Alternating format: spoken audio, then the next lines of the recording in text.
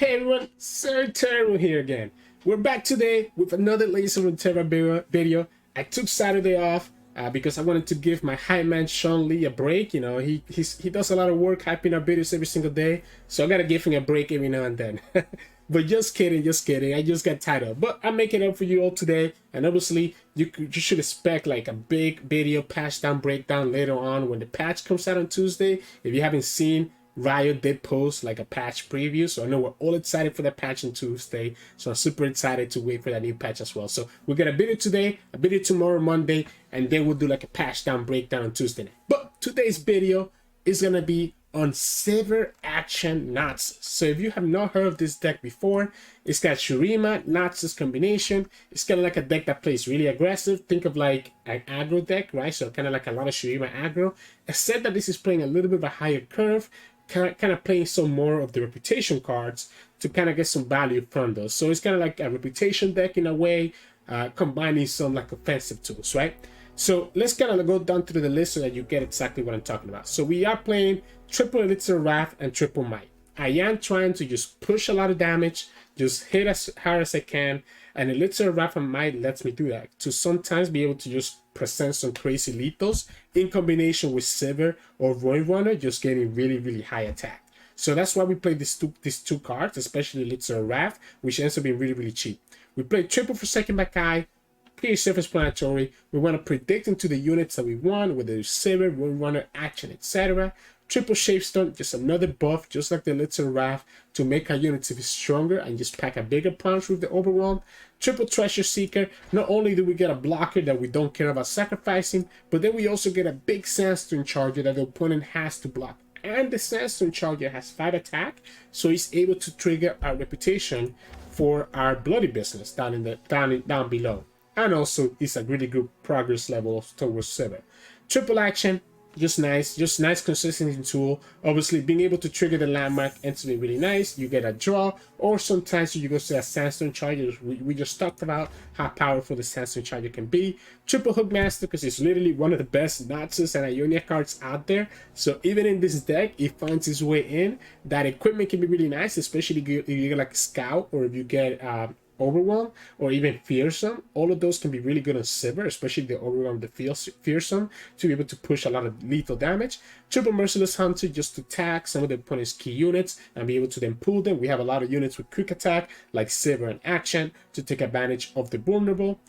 We do play triple Reckless Trifarian. I did mention this deck just wants to smack the opponent right in the face and just crush their dreams. So the Trifarian is a very cheap 3-mana card that's pushing 5 damage every turn, and it has 4 health. So usually the opponent has to commit 2 blockers before they can kill this card, allowing us to trigger Reputation twice. And all those Reputation triggers that I'm talking about are all because of Bloody Business. So Bloody Business is really our payoff, as well as some Sivir spells if you get a multiple Sivirs in your hand. But it's a really good payoff. Having Bloody Business cost 2 mana ends up being really good for what this archetype wants to do, allowing you to sometimes get some nice strikes to be able to remove blockers or to remove the opponent's key units. A 2 mana one-sided strike at fast speed completely changes a lot of games. 2 Rattle Negations to protect ourselves, 2 Rune Reckoners to just push some more damage with a Rune Runner if we need to, or just put pressure on the opponent. It also counts as a self-target for like the action landmark. Then triple Sivir. So triple Sivir and triple Rune Runner are the key cards of this deck.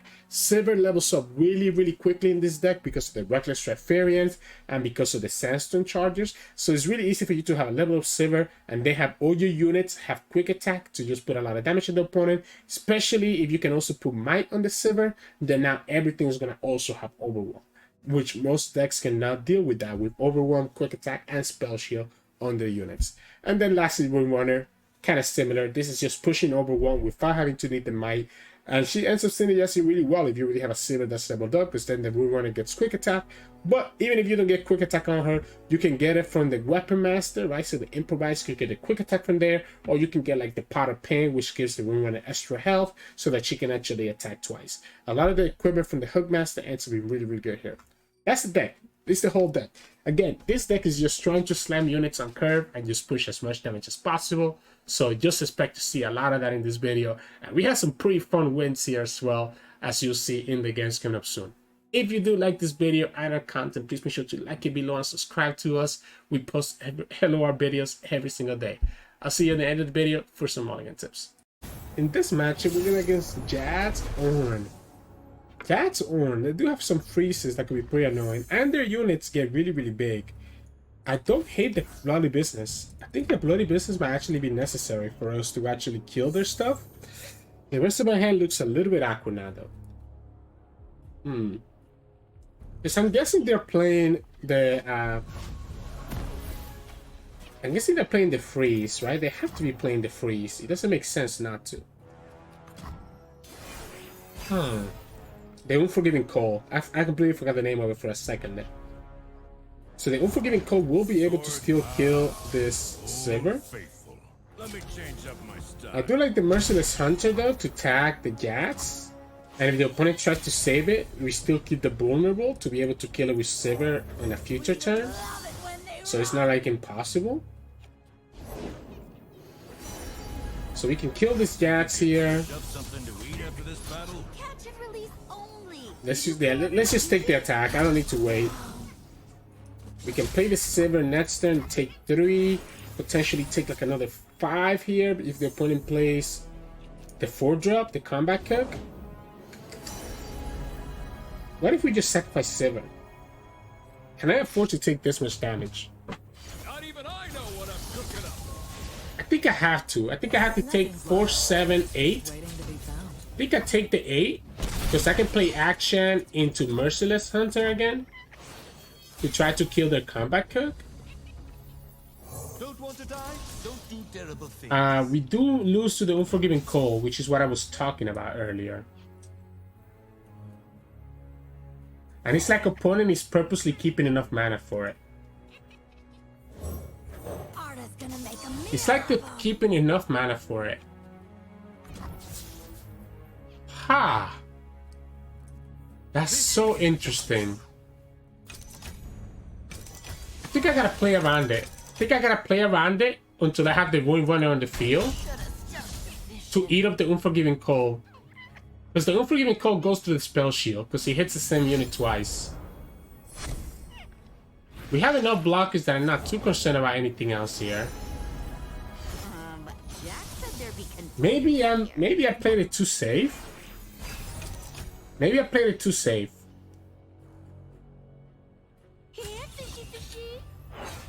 Oh, come now. Maybe. We can play Void Runner here, and now the Unforgiving Call doesn't stop us, and the opponent only has enough mana for 1. Because we can tag the Bloody Business on the Sivir, and the Unforgiving Call will hit the Void Runner twice. Wild Claw's Ferocity? 9. So we can go like this, and we go down to 2. Interesting. I wasn't expecting that. I will admit I wasn't expecting that. With 1 mana catch? Oh, you're gonna force me to do it, aren't you? I guess I don't have to. I can always do the Ricochet instead, and that will kill the Wild Claw. That will kill the Wild Claw. We can even play the Trifarian so that I'm actually able to level up Sivir, trigger the quick attack. I guess opponent could have access to Own here. 1 HP and a Dream. Opponent has Impact. We have double Bloody Business. That's the Own. Opponent's gonna be able to copy the Impact again. That's the Own. Yeah, opponent copies the Impact. We go here. Opponent doesn't do anything because obviously why would they? We have a leveled up Sivir. We can kill this Ornn before he can do anything. So we can kill Ornn here, and opponent still has another impact trigger. Because I need to do it before the opponent can attack with it. Next turn we have Bloody Business to still kill the Alpha Wild Claw. If the opponent summons a second Ornn. Okay, so It was so good. We should be okay, maybe? No, right? Because the Ornn has 8. The Ornn has 8. So the only way that I'm okay here is if I find a buff. I need to find another might. Elixir Wrath doesn't. So we go here. We go here. We go here. And we have to hope that this hits the Wild Claw. Does he hit it? I can't tell. Why doesn't it let me tell? He did hit it. Okay. Alright, alright. I think we got there. I think we got there. I think we got there. I think we got there. Yeah, let's go like this. I guess opponent, even if the opponent has the Unforgiving Cold, it's just gonna hit the Sivers. So we go here, give everything quick attack, and then we have a second Sivir. Unforgiving Cold, hit Sivir twice. We still have this too. We have the second Sivir. We only need to deal 3. We only need to do 3 to the Nexus. I think this wins. This wins the game. This is guaranteed to win. Unless the opponent has another unit. God, man. This was guaranteed to win unless the opponent had another unit and they had it. Oh, we still hit it. Because the way that it works is that if the opponent only had that 1 unit with 2 health, the 3 is going to go to the Nexus because he never repeats on the same target. So it would have gone. Sorry, it never overkills the same target. So we would have gone 2 on the 3-2 and 3 on the Nexus. We still ended up getting the same result even with the Omen Hawk. So we got a little bit lucky. So that was a close game. GG's. In this match, we're going against Rumble Vayne. We could go super aggressive into them, and we do have the Merciless Hunter. I like this curve. I like this curve a lot, right? If we got a 2-drop, this will look even better. But we have a pretty good curve regardless. Vakai, Merciless Hunter. Merciless Hunter is going to be really good against their Rumble.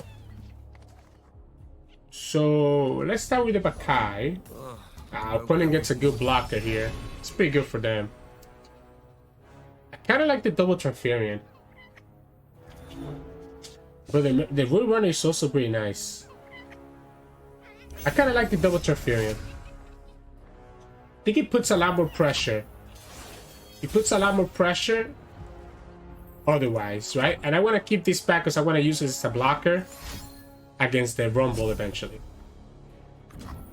So I don't need to attack with this because this is going to be a blocker for the Rumble. Opponent obviously doesn't have to do anything with that one either. We'll go here. We'll also just block the Hookmaster now if we wanted to. Jax said there'd be contenders out here. Opponent gets 2 mana gem, gets a mana gem back. That's a little bit unfortunate. I want to keep this. I want to keep this guy again to be able to actually block that. We could just pass. Craziest thing is that we can just pass because opponent should never summon Rumble here as long as we have Merciless Hunter. So I think we just pass. I hate the fact that we're not pushing any damage because I think opponent is gonna win the long drag of that battle. If they play the Rumble here, then they lose it to the Merciless Hunter. Okay, cool. I'll take that. I will take that. I will go like this. Force you to block here. Then we can play, I guess, Action and second Trifarian. A second Rumble could be a problem. That's the third card. Opponent discard is single combat. So opponent discard is single combat as the third card. I do need to be careful about how much damage I'm taking here. So let's put Action first so that we have access to the Shape Stone. And then we can play the second Trifarian. Opponent's gonna have to block eventually. I wanted to put this on one of these units so that then we can Shape Stone that unit and you know, block. There we go. So we gotta just take 4. We're gonna take 4, which I think is fine. We go like this. Now we can play Sivir. So Sivir has a quick attack. And then we play the Wound Reckoner on turn, and then the turn after that. I like the Sivir. I like the Sivir. Just an extra damage. I don't think there's a reason for me to pass here. Opponent could have a second Rumble, but I feel like they would have played the last turn instead of instead of playing the way that they did here. So we're gonna go like this. 4, 10, 12. It only takes me to 25, so it's not enough for me to ever level up this guy. This is gonna block here. The other one doesn't matter. I think I'd rather have this back. Ah, repose. Okay, so we lose the Sivir. We still keep the rest of our units. We're gonna have a fearsome blocker next turn. Opponent gets the Bane. Can put the tumble on the combat wheel. We can always might. The repose is always a punish in this matchup, but I don't think there's any way for me to stop it. He's gonna tumble now? Wow, really? Really? Huh. If I block this now, doesn't really matter, right? I think we play the Wound Reckoner instead. I don't want to commit the might just yet. Leave this back as a blocker. We can go here, I guess. No reason to do it with action, because action just gets blocked with the Bane. This way, opponent doesn't have a good block.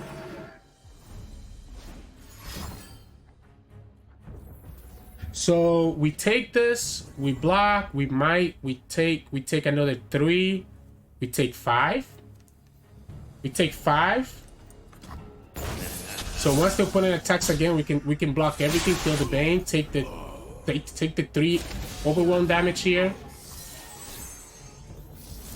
Our opponent didn't even attack with the Blade Squire, so now we're not even taking 5. So we go like this. We only take 3. Now we're down to 1 card each, but I have Renegation and I also have the Warlord's Palace triggering.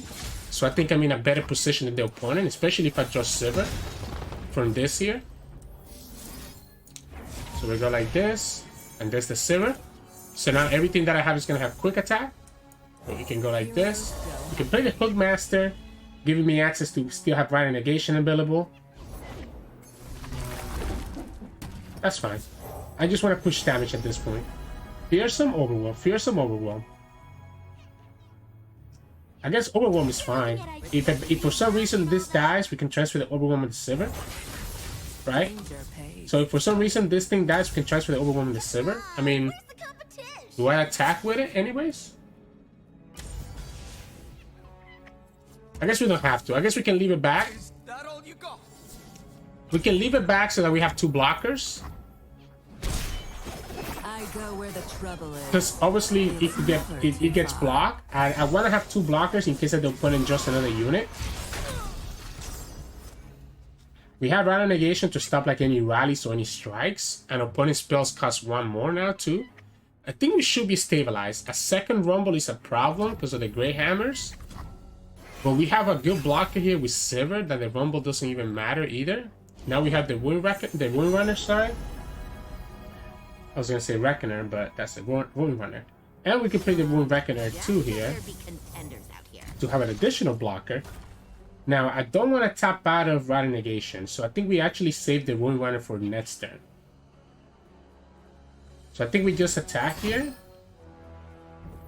You're gonna go like this. And let me transfer the Overwhelm? Really? I don't understand the point of that. This doesn't do anything. Now I just get to put this here. And this is gonna be lethal next turn. Because now everything's gonna have Overwhelm. Why? Ah, that made no sense. That made absolutely no sense whatsoever. Sure? Now you have no units and next turn we just attack? And we're gonna have a Wound Runner as well. This is pushing 5, and then open attack wins the game. That kind of doesn't make no sense, but opponent had no option anyways. I'm not even gonna waste time. I'm just gonna go ahead and attack. I respect my opponent's time, right? Spell Shield, Overwhelm, and boom boom. I respect my opponent's time for me to summon Rune Runner. It's a guaranteed win, especially with also having Round Negation as a backup, so GG's. In this matchup, we're gonna go against Viego. I haven't seen a Viego since the nerf. Viego Shurima, interesting. Interesting. Kind of feel like I want to get action or like more aggressive stuff. I don't think the Treasure Seeker really matters that much. So this is a much better aggressive hand.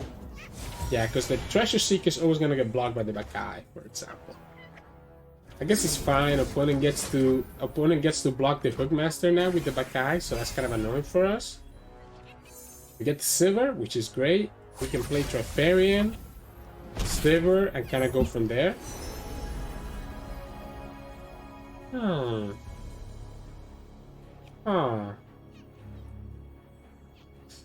I like the combat reel better. I know technically it gets blocked by the Forsaken Bakai, but I think I'm okay with that. So I can just transfer this over, and I'm fine. You can do that too. Yeah, so I know he's able to block with the Forsaken Bakai, but he gives you the mana gem back. And I like having mana for these two cards, right? Might and Bloody Business. That way I can still play out my curve like I want to. I'm gonna attack all out. I mean, if you don't want to block everything, that's okay with me.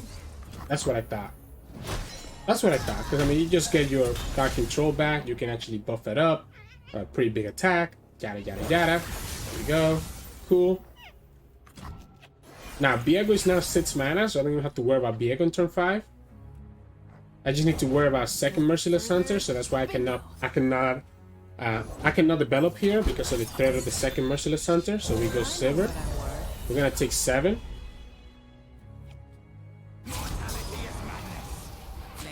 I don't agree with that. I don't agree with that from the opponent because it gives me a reputation trigger, right? So it gives me a reputation trigger. And he allows me to just present more damage as well. I think that's a mistake. Now, question here is, I don't think we play the Rune Runner. I think we're gonna start with the Treasure Seeker. We're gonna start with the Treasure Seeker.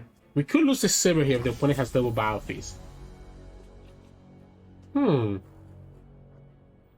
I want to trigger Reputation. I want to trigger Reputation this turn. Battle fees, okay.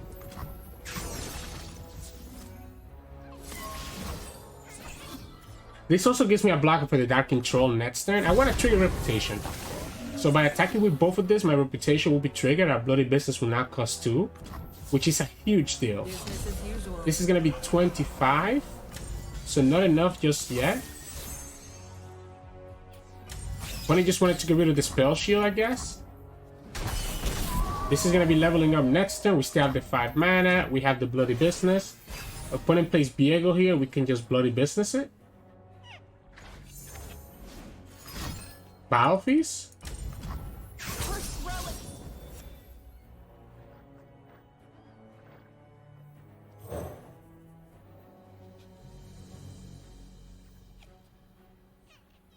So I can definitely just kill the Viego, right? Because of the Bloody Business.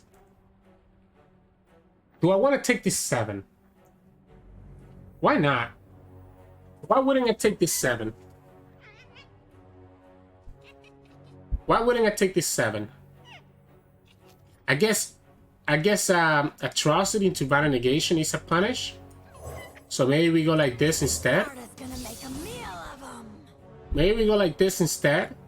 And just save ourselves some damage. Take the 4. Don't let him have access to the Dark Control again. And then next so we can do Rune Runner. Vengeance? Alright. Okay.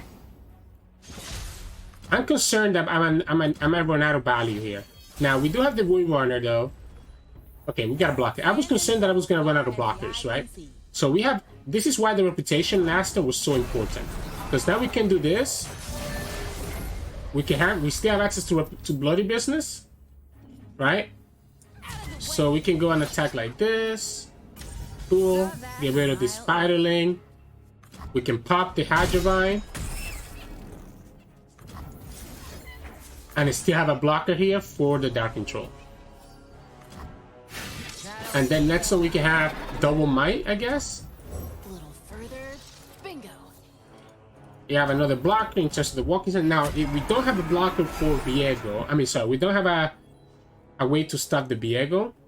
Like, we cannot kill Viego anymore, I guess. I don't know how concerned I am about that. Let's go here. What you want without mercy. Cool. I have to be concerned. I have to be concerned about Atrocity. So I cannot go anywhere lower than this. I might have to just sacrifice one of these Rune Runners. Or maybe even both. Which I think I'm okay with sacrificing both. Because I have this, I'm okay sacrificing both. If the opponent has another unit, this is when it gets scary. Another unit gets really scary here. Okay, so this is fine. We just go like this. And then next time we win because we have the mites. We have the mites and opponent has no blockers. We have Spell Shield, opponent has 2 cards. They could technically, if those 2 cards are exactly, this is 6, we have 11. If those 2 cards are exactly like Battle Fleece plus Vengeance, technically we lose, but opponent already used double Battle Fleece. I think it's always safer to just commit this, right? We have Spell Shield. We did have enough mana actually, because I forgot about the combat reel to summon both units and do both mites. I think it's still always safer to do this. I think the way that the opponent was playing, I could put them on potentially being an Atrocity, just because he was just trying to get us to as much low health as possible. So I think that was the safest way for us to finish the game. GG's. In this match, we're going against Seraphine, Viktor, Bilgewater. So this might be Avatar of the Tides or something similar. Bloody Business looks really bloody good. I like the Hookmaster, puts a lot of pressure early on. It could also get us something nice, right? We can actually play Action Knight instead. Even if the opponent has a Mystic Shot, I think it's still worth it. Just to start advancing the Warlord's Horror. There we go. Then we play Hookmaster next turn. Cover Creatures. Alright. You get your little blocker. You got your little blocker. Oh, they're still gonna come in the Mystic here. I guess they decided not to play around the Shapestone because I didn't attack. Because if I attack, opponent could predict that I have Shapestone and kind of go from there. But that's okay. I think that little damage from a little damage from that Crow Creatures doesn't matter. I like the Forsaken Bakai. See what we get. I like the Shapestone a lot as well. I like the Shapestone a lot, but I also like the Trifarian. I think it puts a lot of pressure. It's a little bit annoying that we all have so many Sivers. So I think we actually need more units. I think I like the Trifarian. I think I want to put a lot of pressure on the opponent. I want to put a lot of pressure on the opponent. The Fearsome is really good because opponent usually doesn't have a lot of Fearsome blockers. Okay, well they have the Heavy Metal anyways. Okay. Yeah, we're gonna have to just play the Sivers out. We have no choice. And this is gonna help us trigger our Bloody Business eventually. So we go Sivir, attack. Accident could be annoying later on. We have this as a blocker for later. Sivir has Spell Shield though, and then we have 2 more Sivers to follow up after it. That's the wrong block, because now he lets my Bakai attack next turn, which I think is beneficial for the opponent if I wasn't attacking more. We do have 6 mana, so it's not enough to play the Trifarian plus Bloody Business. Okay, so they got that from Crow Creatures. So they're trying to kill the Sivir. And this is where having multiple Sivers comes into play. Loaded Vessel? Wait, but that doesn't kill the Sivir? I like the idea of the Trifarian now. I don't want to pass and have the opponent pass back. Yeah, I kind of didn't want to pass and have the opponent pass back. This is so risky against a Shavestone. So now we can play the Sivir after the fact and force the opponent to have another spell shield to get rid of this unit. The list? Wait, that the opponent's playing some weird cards. Main deck Parley, main deck list? I'm kind of confused. Another option here is playing the Runner over the Sivir, which is more damage. And next time we just play Sivir plus Tarfarian to be mana efficient.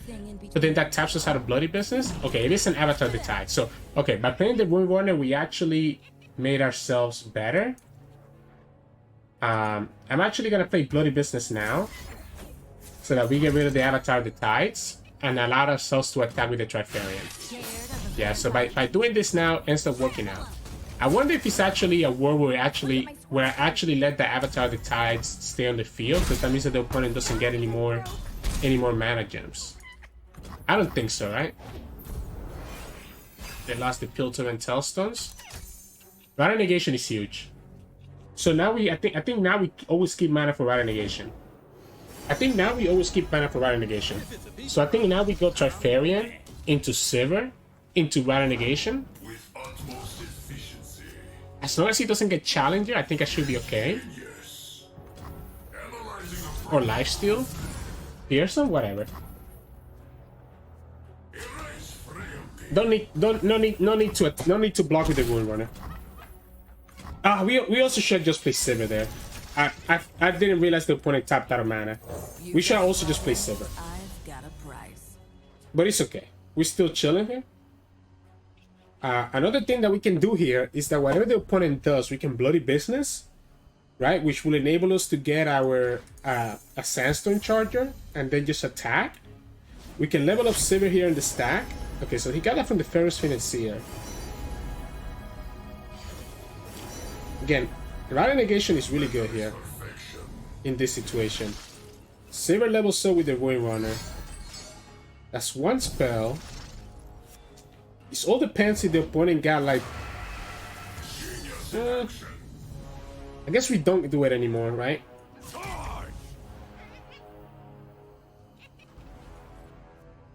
Because I'm scared that they have a way to kill this. I guess if they do, we have the Rata Negation. So I think this is probably correct. That way we summon the Sandstone Charger. He gets to level it up. Yeah, the Sharpside levels it up. The Sharpside gives him the extra health that they need. He gets the Elusive. Sivir levels up though. So now everything has quick attack and we can just clear the whole board. This might finish the game. This might finish the game. I mean, this doesn't matter. At most, you're only dealing 2 here. The question here is, do I actually... I don't think I can Rata Negation that, right? I think I have to let that go and just play our Sandstone Charger. By playing the Sandstone Charger, I'm putting a lot of pressure on the opponent. All my units stay alive anyways, because of the quick attacks. This is dealing overwhelms, so this is 6, 8, we're pushing 8. If the opponent goes down to 1, then they're losing to the Ricochet. And here we go. I love Ricochet lethals. I mean, I guess opponent didn't play around triple Sivir, right? Opponent didn't play around triple Sivir, so I don't blame them. GG's. Yeah, triple Sivir at first looked awkward, but then just ended up coming through really, really nicely. So GG's opponent. In this matchup, we're gonna against Misfortune Swain. So this is gonna be an aggro deck, as you all have seen, because I showcased this deck before. I would love to try Trifarian to put pressure, but I think I need stuff like this. I think I need Treasure Seeker early on for me to also just not get run down. Unfortunately, my hand is a little bit awkward. The double might is not really doing a lot for us. Yeah, the double might is not doing a lot for us. I'm completely okay with this. I'm completely okay with that, no? Huh. Hello, new best friend. Do I take the 4?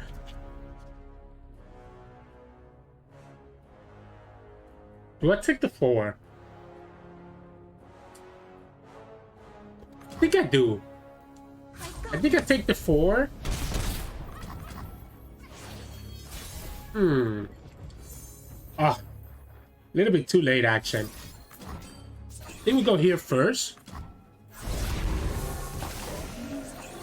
And I think then we go Merciless Hunter. Okay, so we definitely go Merciless Hunter, and we go Merciless Hunter here. Because I don't want the opponent to get any draws. So then we go like this. And then next, so we still take 6. We take 6 next turn. Uh-oh. Okay, now 6. We're not taking 6. Gotta go with the flow. We're not taking 6. Well, we're still taking 6. Oh, that's the best one. That's the best one we could have gotten. So we can go like this.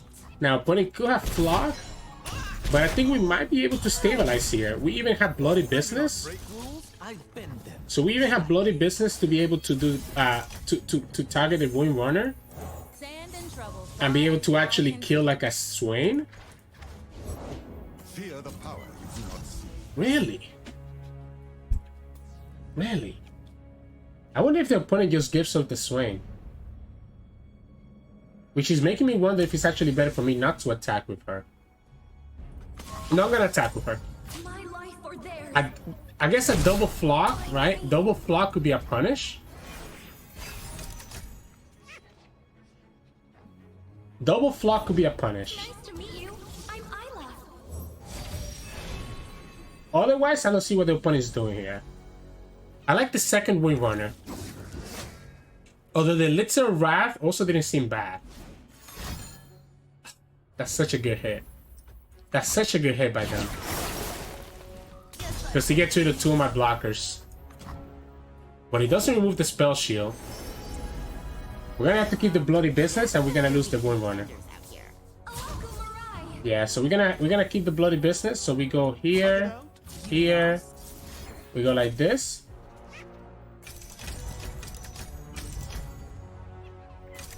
And we go down to 3, and then we lose the game to a fervor. Or just to the opponent attack. Like, that was such a good hit for them. Hitting my 2 units.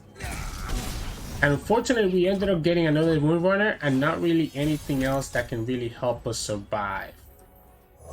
Because now the opponent just needs to alleviate them. Yeah. Okay, so this is 6. Not enough. We go here. And then what? 5, 4. This is 2. Swain comes down. Another 2. We don't have enough. We got the second Make It Rain, so GG's. Unfortunately, the Double Marai Warden put in a lot of damage, right? The Double Marai Warden put in a lot of damage that we couldn't deal with, so GG's. In this match, we're going against Anivia. I don't remember the last time I went against an Anivia, but I can tell you that in this matchup, it's probably really bad for us. Because, I mean, we are kind of like an aggressive deck. And Anivia has a lot of AoE clears. And a lot of ways to get rid of my Sivir Spell Shield, too. Yeah, we don't want the Merciless Hunters in this matchup. They just died to, like, Avalanche and Rabin. Oh, no. Oh, no. Wow. That does not look good. That does not look good. Oh no. Oh no. Let's see. Okay, another spell shield unit. That's not bad. Could be worse. Could be worse. If opponent passes, I guess we just pass back and then play Sivir.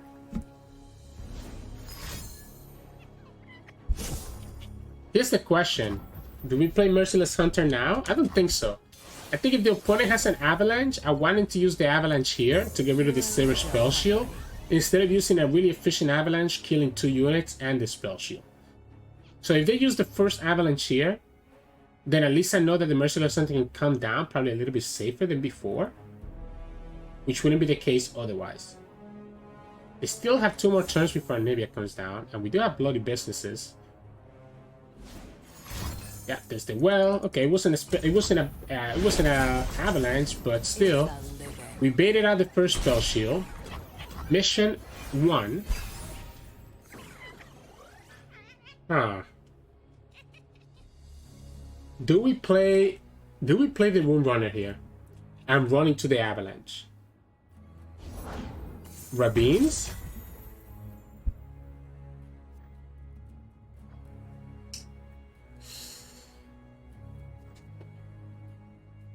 I think we slam her down.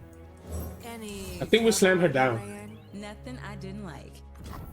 I think we slam her down and just tell opponent, what are you gonna do now? I also think we just open attack. A second well is the only thing that punishes this. I guess Bile Feast, right? But no matter what, opponent's taking 6. Harsh Winds? Scared of a fair fight? Okay, so they still take 6. Second Rabine? Quietus? How crazy am I to play Mai here? I think I'm good. I think I'm crazy enough to do it. I think opponent's kind of showing us that they don't have any AoE for some reason. And I'm gonna play the Bakai now. I know the Bakai is just gonna die. But it should allow me to... also, I'm not scared of the... yeah, I'm not scared of the Anivia here, right? Because we can play Bloody Business to kill her.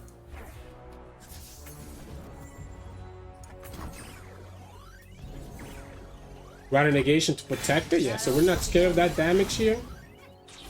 Opponent still has enough mana for Avalanche. I feel like if they had Avalanche, they would have just done it. So I'm not gonna play like they have Avalanche. I'm just gonna go all in for lethal because we have Rather negation. A second Harsh Winds is a little bit annoying. But not impossible to beat. Because second Harsh Wind still loses to Elixir of Wrath, and we still have Rather negation. As soon as we put enough pressure on them like we just did, I think we're Gucci. We can also order this better so that Sivir did a little bit more damage. Technically, if the Sivir was all the way last, she would level up during the attack. So, you know, a little bit of an oopsie on my part, but I don't know if that level up actually matters. It might matter. It might actually matter. Yeah, we should actually... I'm so used to putting Sivir first for some reason. We should have put Sivir last. There's the second Harsh Winds. Opponent gets hit by 9. Vengeance, and that's game. Go like this. Woo! Okay, yeah. That Forsaken Bakai, Jax Ornn to Rather negation, completely saved the game. That's all I can say. So double Harsh Winds and the Vengeance to follow it up, and it still wasn't enough. Blood or gold. GG's, Anivia player. I respect you playing Anivia in this meta. GG's. Hey, welcome back, everybody. I can't believe that while recording, I actually got 2 different wins with Ricochet. Honestly, that win versus Jax Ornn is the luckiest thing I have ever done. I had no business winning that game. I couldn't believe I actually hit the 3 damage that I needed. Didn't hit a single one on the Almond Hawk. That's as lucky as you can get. But, you know, sometimes you gotta get lucky in the game. Other games were pretty straightforward. We did struggle a little bit against aggro because our blockers, we don't really have a lot of great blockers, right? So we end up just losing to the aggro down. But other decks, you kind of saw how quickly and how much pressure you can put and how much value a 2 damage Bloody Business can do, and Rather negation as well. That's why these 2 cards are very critical in this deck, and that's why I like them. But yeah, nuts. In terms of mulligans, obviously I'm looking for Forsaken Bakai, Akshan, Hookmaster. Those are the 3 cards that I usually want to see in my hand, and if I already have some of them, then that's when I can get greedy and keep stuff like Sivir, or the Trifarian, or the Merciless Hunter. There are some matchups like against Bane Rumble where keeping the Merciless Hunter is correct, but other matchups is probably better to kick it. You really want to look for Akshan, Hookmaster, and Forsaken Bakai. to start you out with your curve. If you have a good enough curve already, like a 1, 2, 3 curve, whatever. So if you have like, let's say you have Bakai into Action, into Trifarian, into Sivir, then I would just keep the whole hand as well. Because this deck just want to place unit, just want to play units on curve, and that allows you to do exactly just that. But that'll be my advice in terms of mulligan. If you like this video and our content, please be sure to like it below and subscribe to us. We post LOR videos every single day. You can also find us on Twitch at Twitch Sirturmund, where we stream 3 to 4 times a week. And you can also find us on Discord and Twitter. The links to those are both in the description below. Thank you so much for watching, and I'll see you all again tomorrow.